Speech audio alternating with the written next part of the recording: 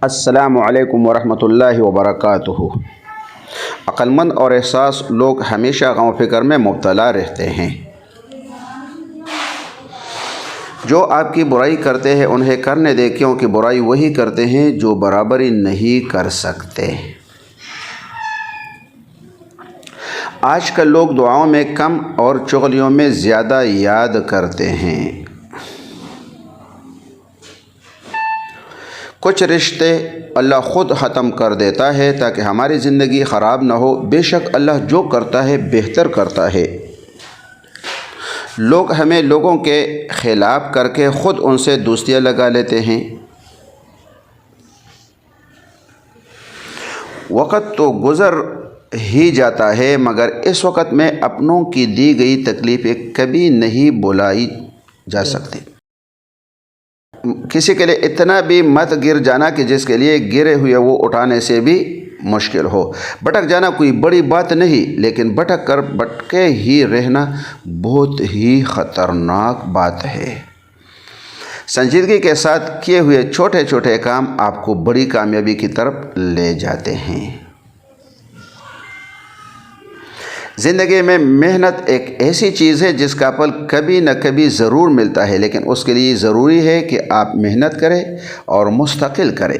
جب نظر بدل جاتی ہے تو نظارہ بھی بدل جاتا ہے۔ چھوٹی چیزوں میں خوش ہونا سیکھیے، بڑی چیزیں خود ہی آپ کا مقدر ہو جائے گی۔ کچھ چیزیں بہت دیر بعد بھی پلٹ کر واپس آ جاتی ہے، خصوصاً کسی کو یاد کرنا۔ کبھی کسی کو یہ مت کہو کہ تم مجھے یاد رکھنا، تم اگر یاد رکھتے ہو، اگر ٹھوکر کھا کر بھی نہ گرو تو سمجھ جاؤ کہ اللہ نے تھام رکھا ہے۔ سبحان اللہ۔ سیدھے راستے اور سیدھے لوگ اکثر لوگوں کو پسند نہیں آتے۔ بے شک رشتہ اعلیٰ خاندان میں نہیں، اعلیٰ ضرب لوگوں میں ہونا چاہیے۔